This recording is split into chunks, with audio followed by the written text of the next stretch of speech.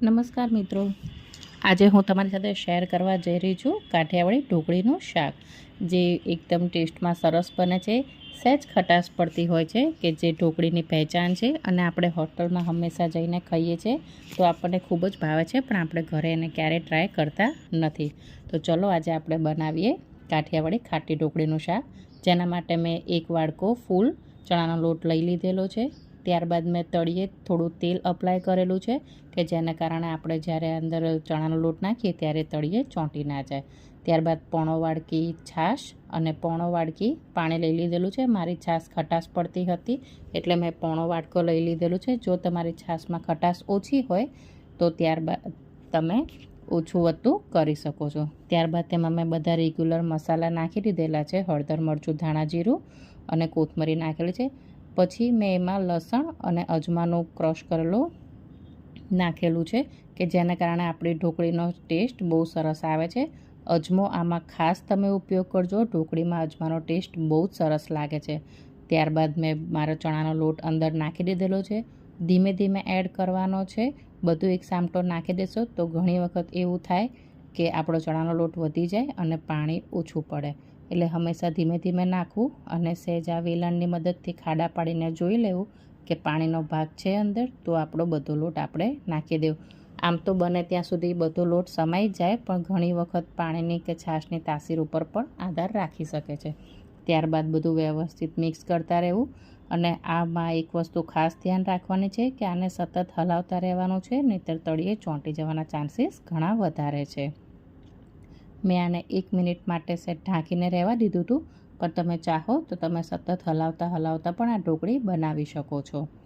આપણે 1 થી 2 મિનિટ થઈ ગઈ છે અને તમે જોશો કે મારી ઢોકળી ઉકળી રહી છે. હવે એમાં મેં 2 ચમચી તેલ નાખી દીધેલું છે. તેલ નાખવાનો મતલબ એ છે કે મારી ઢોકળીમાં બિલકુલ કાચાપણું ના રહે અને એ તપેલીમાંથી છૂટી પડી જાય. તમે જોશો તો મારા વેલણમાંથી પણ અત્યારે ઢોકળી વ્યવસ્થિત છૂટી પડે છે. અને એવું હોય તો તમે જોઈ શકો છો કે મારી તપેલીમાં જ્યારે હું ખીરું હલાવું છું ત્યારે નીચેથી તળિયેથી છૂટું પડી ગયેલું છે. બસ આ જ આપણી ઢોકળી તૈયાર છે. અને આ જ એની સાઇન છે કે જ્યારે વાસણમાંથી ચણાનો લોટ છૂટો પડવા માંડે એટલે આપણું જે ખોરાક છે એ પાકી ગયેલો છે. ત્યારબાદ મેં એને થાળીમાં નાખી અને સ્પ્રેડ કરી દીધેલું છે અને હવે કાપા પાડી આને થોડીક વાર આપણે ઠરવા દઈશું. અને જ્યારે આ ઠરે ત્યાં સુધીમાં આપણે એને રસાની તૈયારી કરી લઈએ છીએ. ઉપરથી મેં 1 ચમચી તેલ નાખેલું હતું, કારણ કે ઘણી વખત એવું થતું હોય છે કે ઠંડી હવા લાગે તો ઢોકળી ઉપરથી ડ્રાય થઈ જાય છે, એટલે મેં થોડું તેલ અપ્લાય કરીને રાખી દીધેલું છે.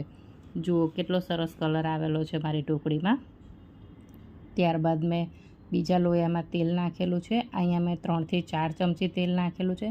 ઢોકળીના શાકમાં થોડું તેલ વધારે હોય તો એ સારી લાગે છે, બાકી તમે તમારા પ્રમાણે વધતું ઓછું કરી શકો છો. ત્યારબાદ મેં તેમાં સૂકા મરચાં, રાઈ અને લવિંગનો વઘાર મૂકેલો છે. અને અહીંયા આપણે લસણીયો મસાલો બનાવીશું. લસણીયા મસાલાની રેસીપી આજે ફરી એક વખત શેર કરી રહી છું, જેના માટે મેં 10 થી 15 લસણની કળી લઈ અને એને ખાંડી નાખેલી છે. અને ત્યારબાદ મેં એમાં 3 થી 4 ચમચી લાલ મરચું નાખી દીધેલું છે. આ કાશ્મીરી મરચું છે, તમે ચાહો તો તીખું પણ લઈ શકો છો. ત્યારબાદ બધું બની જાય એટલે આપણો લસણીયો મસાલો તૈયાર છે. હવે મેં લસણીયા મસાલાની અંદર ધાણા જીરું 1 થી 2 ચમચી, હળદર અને એક બાજુ મારો વઘાર આવી ગયેલો છે એટલે મીઠું નાખી દીધેલું છે. આપણે આ ટાઈમે ધ્યાન રાખવાનું છે કે આપણો વઘાર બળી ના જાય. મેં ગેસ બંધ કરી દીધેલો કારણ કે મને ખ્યાલ આવી ગયો હતો કે મારો વઘાર આવી ગયેલો છે. અને સહેજ પાણી નાખી અને આપણે બધું મિક્સ કરી લેવાનું છે. પાણી નાખવાનો મતલબ એ જ છે કે જ્યારે આપણે આ મસાલાના તેલમાં નાખીએ તો સીધું એ બળી ના જાય. હવે આ બધું હું તેલમાં નાખીશ. મારો વઘાર આવી ગયો છે. ત્યારબાદ મેં હિંગ મૂકેલી છે અને હવે હું આપણો તૈયાર કરેલો મસાલો અંદર નાખીશ. આ મસાલામાં તમે ચાહો તો તમે પહેલાં ડુંગળી પણ નાખી શકો છો. મેં આમાં ડુંગળીનો ઉપયોગ કરેલો નથી. ઘણી જગ્યાએ પહેલાં ડુંગળી અને ટામેટું પણ સોંતળવામાં મૂકે છે, પણ મેં ઢોકળી છાશમાં બનાવેલી છે એટલે મારી ઢોકળીમાં પહેલેથી ખટાશ આવી જ ગયેલી છે, એટલે મેં ટામેટાનો ઉપયોગ કરેલો નથી. હવે મારો બધો મસાલો વ્યવસ્થિત રીતે સોંતળાઈ રહ્યો છે અને મસાલાને થોડી વારે સહેજ પાણી નાખી અને હલાવતા રહેવું કે જેના કારણે આપણો બધો મસાલો અંદરથી બળી ના જાય. હંમેશા લાલ મરચું જ્યારે પણ તેલમાં નાખો ત્યારે બાજુમાં સહેજ પાણી ભરીને જ રાખવાનું, કારણ કે તેલમાં લાલ મરચું હંમેશા બળી જતું હોય છે અને શાકનો કલર એટલો બધો સારો નથી આવતો. તમે જુઓ છો કે મારા શાકમાંથી હવે તેલ સરસ છૂટું પડી ગયું છે. ત્યારે મેં એમાં ફરી પાછી 1 વાટકી છાશ નાખેલી છે. આ હું રસાની તૈયારી કરી રહી છું. આજે મેં જે ઢોકળીનું શાક બનાવ્યું છે એ રસાવાળું છે અને ત્યારબાદ મેં અડધો લોટો પાણી નાખી દીધેલું છે. પાણી નાખ્યા પછી આપણે આ બેટરને સરખું ઉકળવા દેવાનું છે. હંમેશા કોઈપણ વસ્તુ, કોઈપણ રસો વ્યવસ્થિત ઉકળી ગયા પછી જ એમાં તમારે નાખવાનું રહેશે. આ મેં ઢોકળીના નાના પીસીસ કરી લીધેલા છે. બને એટલા ઢોકળીના પીસ નાના જ રાખવા, કારણ કે આપણે જ્યારે એ જાય રસામાં ત્યારે થોડું એ ફૂલાઈ જાય છે. જો પહેલેથી મોટા પીસીસ રાખીશું તો એ શાકમાં જોવામાં બિલકુલ સારા નથી લાગતા. એટલે મેં બધા ઇવન પીસીસ કરી અને હવે મારા રસામાં નાખી દીધેલા છે.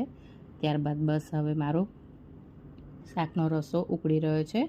કોથમરી નાખી અને ગરમ સર્વ કરવા માટે તૈયાર છે. તમે ચાહો તો આમાં 2-3 ઢોકળીને એમને હાથેથી મસળીને પણ અંદર નાખી શકો છો કે જેના કારણે એનો રસો એકદમ જાડો અને સરસ થઈ જાય. આ આપણું કાઠિયાવાડી ખાટી ઢોકળીનું શાક તૈયાર છે. જો તમને મારી રેસીપી પસંદ પડી હોય તો પ્લીઝ મને ફોલો કરો, મારી ચેનલને સબસ્ક્રાઈબ કરો. અને આ રેસીપીમાં ભાત, જીરાવાળા ભાત અને રોટલી સૌથી સારી લાગે છે. Thank you.